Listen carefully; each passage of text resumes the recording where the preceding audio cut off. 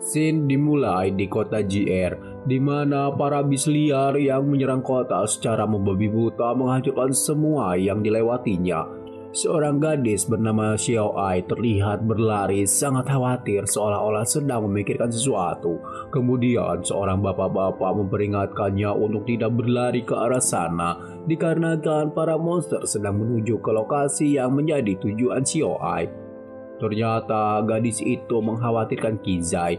Ia merasakan jika saat ini Kizai sedang dalam bahaya.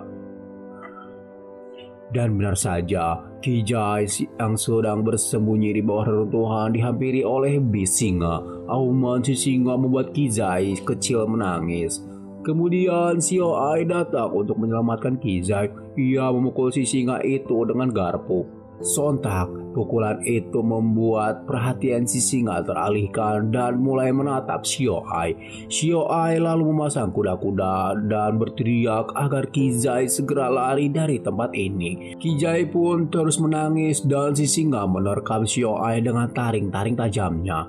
Kemudian, scene kembali ke waktu saat si panda gemes baru sampai di kota JR. Terlihat si panda mulai berjalan di tengah-tengah kota yang telah hancur dan tempat di mana Kizai berdiri adalah tempat kelahirannya dulu, yaitu kebun binatang Black Society. Kota JR saat ini sangat hening, dikelilingi oleh benda-benda asing, bahkan tidak ada satupun orang yang nampak. Semua orang kemungkinan pasti sudah berlari atau bersembunyi. Selama ia berjalan, Kizai belum sempat bertemu dengan monster yang telah menghancurkan kota. Setelah sampai di salah satu tempat terdengar suara seseorang. Ternyata suara itu berasal dari seorang bocil yang terjatuh. Walau merasa kesakitan, tetapi bocil itu merasa senang karena berhasil menemukan makanan. Itu berarti ia tidak akan kelaparan lagi. Kemudian si panda bertanya kepada anak itu apa yang sedang dilakukan olehnya. Melihat sosok Kizai, si bocil langsung ketakutan karena melihat monster. Tapi beberapa waktu berlalu, mereka berjalan bersama menyusuri jalanan kota JR yang telah hancur. Si bocil mengira tadi ia akan mati. Terus ia juga tidak menyangka kalau si panda bisa berbicara bahasa manusia. Si bocil bertanya apakah si panda kemari untuk mencari seseorang karena tempat ini merupakan zona merah. Ya, si panda tidak menjawab apa yang si bocil tanyakan. Tetapi si panda malah bertanya balik kemana monster yang telah menghancurkan kota. Si bocil sendiri tidak mengetahuinya karena kemarin dia menghilang begitu saja. Karena sebelumnya monster itu bertarung dengan monster lainnya dan menghancurkan sebagian kota. Si bocil berada di tempat itu karena ketinggalan rombongan pengungsi. Mau jalan sendiri juga tidak bisa karena banyak penghalang yang bermunculan menghalangi semua jalan. Si bocil terpisah dengan keluarganya pada saat dilakukan proses evakuasi. Tentara yang ada tidak bisa melawan monster yang menyerang. Ada banyak sekali orang yang tewas oleh penyerangan itu. Si bocil yang sudah 1 bulan terjebak di kota itu berkata jika stok makanan sudah mulai menipis. Ia terus berusaha bertahan hidup sendirian karena ia juga ingin selamat. Ia tidak ingin mati kelaparan, kemudian bisa bertemu lagi dengan keluarganya. Si bocil juga memberitahu Kizai kalau di bawah reruntuhan di hadapannya ada sebuah bunker pemerintah. Para orang selamat berlindung di sana. Yang diutamakan pemerintah adalah orang-orang dari kebun binatang karena mereka lebih paham tentang kebiasaan para monster. Kemungkinan orang yang Kizai cari ada di sana. Lalu si bocil mengajak si panda untuk pergi ke sana karena di antara tentara yang melindungi mereka salah satunya ada panda juga. Jadi mereka tidak akan menyerang Kizai. Akan tetapi Kizai tidak akan pergi dengan si bocil ke sana. Ia lalu memberitahu si bocil jalan yang aman untuk dilewatinya. Si bocil mempertanyakan kenapa Kizai tidak mau menemui orang yang sedang dicarinya. Saat ini si panda merasa belum ada keberanian untuk menemuinya. Ada hal yang harus ia lakukan. Saat semuanya telah selesai, Kizai pasti akan menemuinya. Tapi itu juga kalau ia masih hidup. Kemudian Kizai meninggalkan si bocil itu sendiri dan mulai berjalan untuk mencari di mana bis yang telah menghancurkan kota berada. Lalu si bocil berteriak agar si panda tidak boleh mati karena ia akan selalu menunggunya kembali. Mendengar itu membuat si panda tersenyum. Namun tiba-tiba ada sebuah serangan mendarat di tempat itu, membuat si panda terhempas. Akan tetapi si bocil tadi tidak dapat menghindarinya. Ia terkapar bersimbah darah dan hilang kesadarannya.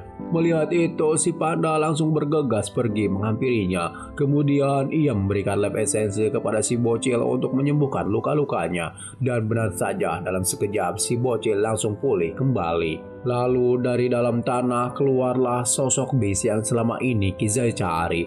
Jadi setelah pertempuran melawan Walking Beast purba bersembunyi dalam tanah untuk memulihkan luka-lukanya, akhirnya Kizai dapat bertemu dengan musuh yang dicarinya. Perbedaan postur tubuh mereka sangatlah terpaut jauh, bagaikan langit dan bumi. Tetapi Kizai tidak akan mundur sedikit pun. Ia lalu meminta si bocil untuk pergi dari tempat ini karena alasan Kizai datang ke sana adalah untuk melawan monster yang ada di hadapannya. Walau merasa ragu, tapi pada akhirnya si bocil pergi meninggalkan Kizai sendirian. Dan pertarungan pun dimulai. Kizai mengeluarkan kekuatannya, aura merah menyelimuti tubuh mungilnya. Namun, satu tarikan napas Beast purba membuat Kizai sulit bernapas. Ia terintimidasi oleh tekanan spiritual milik Beast purba. Energi spiritual yang dikeluarkan oleh Beast purba lebih besar dari yang dimiliki oleh Yuziu. Energi spiritual si Beast purba nampak seperti tidak memiliki batas, dan itulah kekuatan dari Beast level extraordinary keempat. Baru merasakan auranya saja membuat Kizai berkeringat dingin. Lalu tiba-tiba sebuah serangan dilancarkan oleh Beast purba, tetapi Kizai masih bisa menghindarinya. Namun di serangan kedua, Kizai tidak mampu untuk menghindarinya. Alhasil pukulan itu telah menghantam tubuhnya, membuat Kizai bersimbah darah. Lantas saat mendarat di tanah, beberapa pukulan bersiap menghantamnya. Dan dari kejauhan terlihat reporter TV merekam semua kejadian itu. Mereka berdua sangat nekat hanya untuk sebuah berita viral. Si reporter mengabarkan jika Beast purba seperti sedang bertarung dengan monster lainnya. Itu adalah pertarungan keduanya setelah melawan hiu raksasa. Untuk alasan mereka bertarung belum diketahui. Yang jelas mereka bertarung untuk memperebutkan wilayah.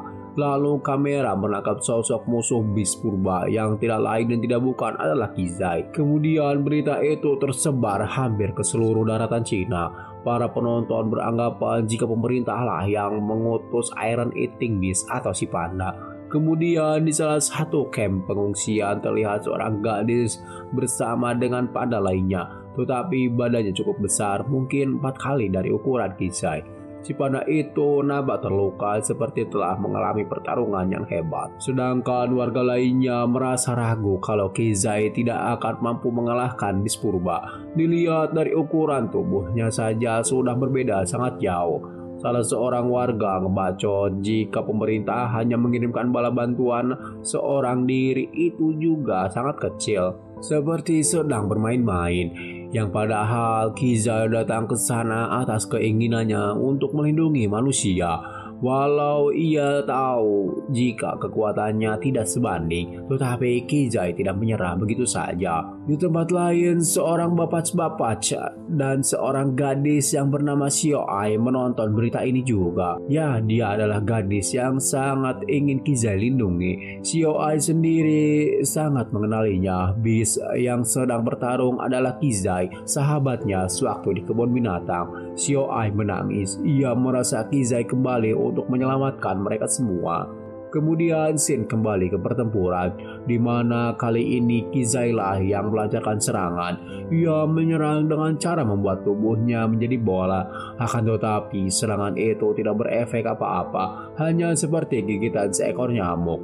Lalu Beast purba menyerang balik dengan kekuatan ultrasonik yang dipancarkan lewat mulutnya. Serangan itu membuat si panda kembali terhempas ke tanah. Kepalanya mulai merasakan pusing yang teramat dalam, penglihatannya mulai buram.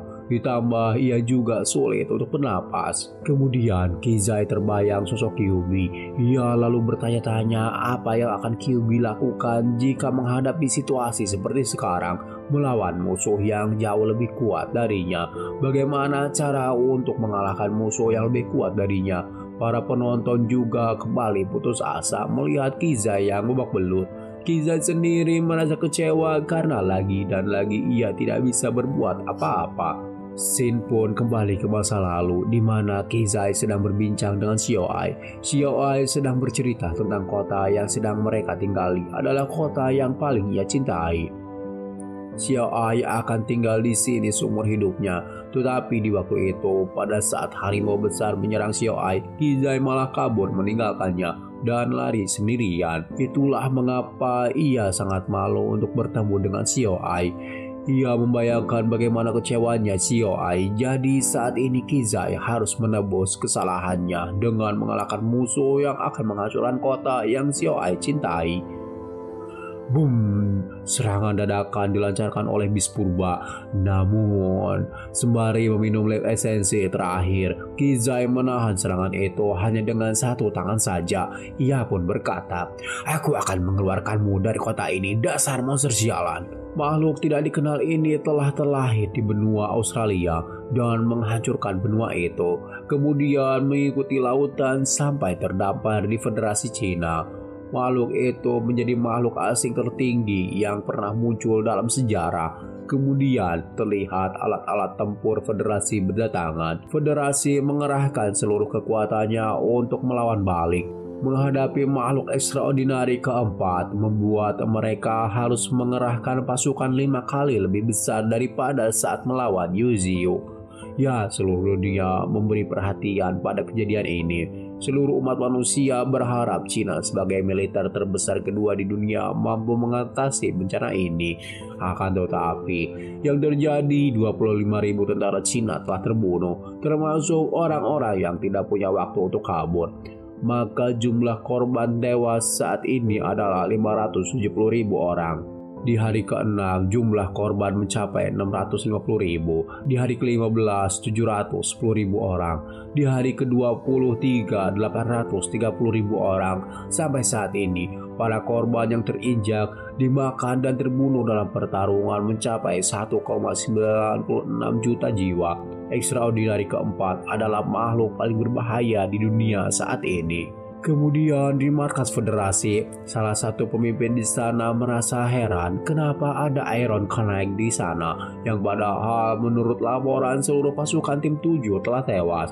Tidak lama kemudian ketua Federasi datang dengan wajah yang cukup khawatir karena sampai detik ini tidak ada jawaban yang tepat untuk masalah yang sedang mereka hadapi. Sampai melihat layar TV, si ketua menyimpan harapan yang sangat tinggi kepada Kizai untuk memenangkan pertempuran. Kembali ke tempat pertempuran, terlihat kekuatan Kizai meningkat sangat drastis. Kobaran api memancar dalam tubuhnya, tatapan tajam membunuh terpancar dalam dirinya.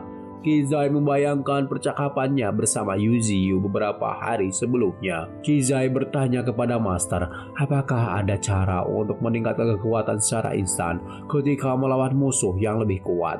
Lalu Yuziu pun menjawab, sebenarnya sulit untuk mengatakannya karena energi spiritual yang diserap di dunia ini disimpan di jantung. Biasanya saat menggunakan atau meledakkan fungsi tubuh hanya akan bisa menggunakan 30% energi spiritual.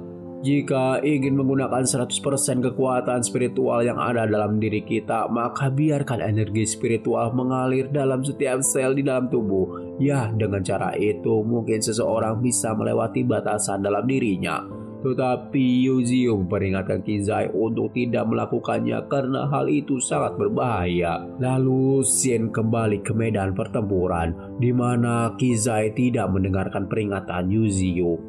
Karena ia sudah siap mati untuk melindungi kota itu. Api mulai berkobar di sekitar Kizai. Aura spiritual yang cukup kuat menghancurkan tempat Kizai berpijak. Momen itu cukup membuat bis purba terkejut akan peningkatan kekuatan Kizai. Bersiaplah bajingan. Kizai menghindari setiap serangan bis purba. Ia langsung melompat ke arah wajah bis purba, lalu menabrakkan tubuhnya yang membuat bis purba meringis kesakitan. Darah pun muncrat dari mulutnya. Penonton yang melihat momen itu merasa takjub karena Bis Purba mulai terlihat merasakan sakit setelah mendapat serangan bertubi-tubi dari Kizai. Di markas federasi, ketua di sana terdiam membeku melihat si panda mungil mampu memberikan damage terhadap Bis Purba yang kuat saat ini. Kekuatan si panda terus meningkat dari 300.000, 900.000 hingga mencapai 1,9 juta poin. Ketua federasi sangat berharap Kizai mampu mengalahkan Bis Purba. Sekarang bukan hanya Cina yang melihat pertarungan mereka, tetapi seluruh dunia juga menyaksikannya. Keberlangsungan kehidupan umat manusia tergantung pada pertarungan saat ini. Dalam pertarungan, Kizai bersiap meninju tentakel Bis Purba. Satu pukulan menghancurkan tentakel Bis Purba. Akan tetapi efek dari luapan energi tak terbatas mulai menghancurkan tubuh Kizai. Kemudian serangan dari beberapa tentakel Bis Purba datang. Kali ini Kizai tidak menghindarinya, melainkan menghancurkan semua tentakel itu. Ia pun tersenyum karena berhasil membuat Bis Purba kesal. Namun kali ini Bis Purba tidak menyerang dengan tentakelnya, melainkan akan melahapnya langsung. Bruk! Bis Purba itu benar-benar melahap Kizai. Para penonton yang melihat kejadian ini dibuat mematung. Mereka merasa putus asa, harapan yang datang kini telah sirna. Akan tetapi tidak lama kemudian Bis Purba itu memuntahkan kembali Kizai yang tubuhnya diselimuti api membara. Kini Kizai bersiap dengan serangan pamungkasnya, Red Lotus Flame Ball. Serangan itu memusatkan kekuatan spiritual membentuk seperti bola. Jika dilihat dari kejauhan nampak seperti matahari. Sebelum menyerang, Kizai sesumbar untuk Bis Purba berbahagia karena ia adalah orang pertama yang melihat teknik barunya. Bahkan Kyuubi tidak bisa mempelajarinya. Bola api bak matahari terbang di udara. Mati kau makhluk sialan, teriak Kizai sembari meluncur ke arah Bis Purba. Bus, bus, bus. Serangan bertubi-tubi dilancarkan Kizai membuat Bis Purba meringis kesakitan. Kemudian si reporter memberitahu kalau ini adalah kali pertama dalam sebulan terakhir mutasi Bis Purba yang telah mengguncang dunia berhasil didesak sampai seperti ini. Si reporter sesumbar, mungkin umat manusia akan memenangkan pertempuran kali ini. Ketua federasi juga sangat berharap kepada si panda untuk bisa memenangkan pertarungan itu, karena masa depan umat manusia bergantung padanya. Warga sipil yang menonton momen itu dalam TV mulai bersorak gembira melihat Bis Purba, monster terkuat saat ini terpojok oleh si panda. Mereka meneriakkan kata-kata penyemangat untuk si panda. Mereka berteriak agar si panda bisa menyingkirkan monster itu dari tanah air mereka. Semua orang tanpa terkecuali, anak-anak, emak-emak, bapak-bapak, pemerintah, militer, warga sipil, semuanya menitipkan masa depan umat manusia kepada si panda. Kota ini sangatlah indah, tidak cocok untuk monster sepertimu. Nyala kau dari kota ini. Kizai bersiap menyerang dengan seluruh kekuatan yang ia miliki. Boom! Hantaman dari serangan itu begitu luar biasa. Efek dari gelombang udaranya bahkan terasa hingga bermil-mil. Namun, semua orang terdiam mematung. Wajah mereka memancarkan rasa tidak percaya.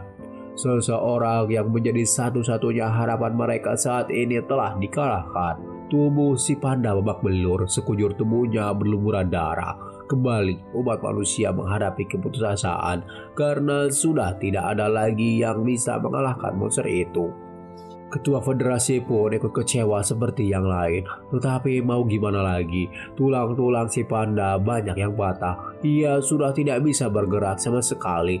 Life esensi yang Yujiu berikan sudah habis. Si panda berpikir, apakah ini yang dirasakan manusia ketika melawan Gatri atau Yujiu di waktu yang lalu?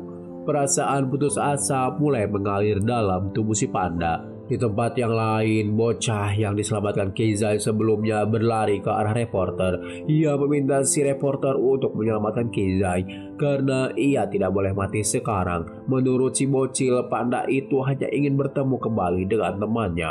Dia tidak boleh mati sekarang. Ia tidak boleh mati sebelum bertemu dengan temannya. Rengekan bocah itu terdengar oleh Xiaoai. Xiaoai menangis sejadi-jadinya setelah mendengar kata-kata si bocil. Terbesit dalam pikiran Kizai untuk ia lari dari tempat itu, tapi lubuk hatinya berkata agar Kizai tidak mengulangi hal yang sama, lari meninggalkan orang-orang yang menyayanginya. Kemudian Kizai kembali berdiri. Ia berkata kalau dirinya sekarang tidaklah sama seperti yang dulu. Ia berharap Xiao Ai melihat pertarungannya ini karena api di hatinya belum padam.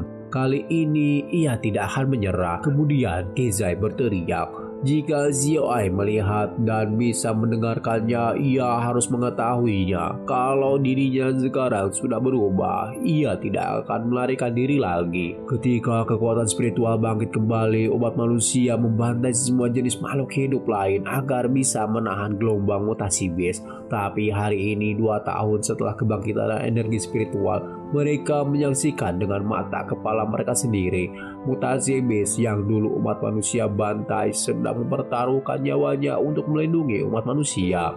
Scene kembali ke masa lalu, di mana Kizai terlihat khawatir setelah Xiao Ai mendapatkan luka cakar singa karena berusaha melindunginya. Xiao Ai mencoba menenangkan Kizai yang khawatir. Jika seseorang ingin melindungi sesuatu, mereka akan selalu merentangkan tangannya tanpa sadar. Bahkan jika itu berarti mengorbankan nyawanya, mereka tidak akan ragu untuk melakukannya. Kali ini Kizai membenarkan tangannya untuk melindungi teman dan kota yang dicintainya. Dan pada pukul 19.30, Kizai telah dikalahkan. Apakah dia masih hidup atau telah mati? Tidak ada yang tahu tentang hal ini. Xiao Ai menyukai kota itu. Ia ingin selamanya tinggal di sana. Xiao Ai balik bertanya kepada Kizai, apa ia juga ingin tinggal selamanya di kota ini? Dulu Kizai belum sempat menjawabnya. Kali ini ia bisa menjawab pertanyaan itu dengan tubuh yang sudah tidak bisa bergerak lagi dan kesadarannya mulai hilang. Pada saat itulah jawaban dari pertanyaan sahabatnya itu terjawab. Kizai diangkat ke atas oleh bis purba. Dari kejauhan, si bocil dan reporter aja bisa melihat kejadian itu. Dan pada akhirnya Kizai benar-benar dikalahkan dan menjadi santapan bis purba. Kemudian Chin berpindah ke Beiyu, di mana Master Yu Jiu yang melihat kejadian itu menjadi sangat murka. Lalu Xiao King datang memberitahu kalau data yang diminta Yu Jiu sudah berhasil ia dapatkan. Jadi kota JR adalah tempat Kizai dilahirkan. Ada sekitar 8 orang dari kebun binatang yang membesarkan si panda, dan Xiao Ai yang menjadi sahabat dekatnya menjadi salah satu dari 8 orang itu. Daftar orang yang melarikan diri dari kota tidak ada satupun dari staf kebun binatang, dan mereka juga yang tidak ada di daftar orang tewas. Kemudian Master bertanya berapa lama waktu tempuh untuk bisa sampai ke kota JR. Menurut Xiao King, waktu tempuh dari Beiyu ke kota JR kurang lebih selama 1 bulan, waktu yang lumayan cukup lama. Scene kemudian beralih ke markas pusat federasi, di mana para tetua sedang mengadakan rapat darurat. Mereka membahas soal si panda yang bertarung dengan bis purba bukan dari kelompok mereka. Xiao Ai yang disebutkan si panda merupakan staf kebun binatang kota JR. Ketua federasi sangat tidak menyangka si panda mengorbankan hidupnya hanya untuk melindungi seseorang. Operasi penyelamatan warga JR masih belum bisa dilakukan karena sepenuhnya pulau itu telah tersegel dari dunia luar. Bahkan bom tidak mampu merobohkan dinding yang dibuat oleh si monster. Dan jika mereka menggunakan helikopter untuk menyelamatkan orang-orang, maka bis purba itu akan langsung menyerangnya. Berbarengan dengan itu di Beiyu, Yu Jiu juga sedang mengumpulkan familiarnya. Ia berkata akan langsung menyerang dari depan dan ia sendirilah yang akan menghancurkan tembok penghalang kota JR. Federasi juga telah mengumpulkan pasukan ekstraordinari terkuat dari seluruh dunia dan butuh waktu 1 bulan untuk sampai di kota JR. Menurut Yu Jiu, sebulan adalah waktu yang lama karena dari pemikiran ketua federasi, jika membuang-buang waktu maka korban akan terus bertambah. Mereka harus mempercepat proses penanganan bencana ini. Kemudian Yu Jiu memerintahkan familiarnya untuk melindungi orang-orang yang ingin dilindungi oleh saudara ke-9 atau si panda. bunuh setiap monster yang ada di sana.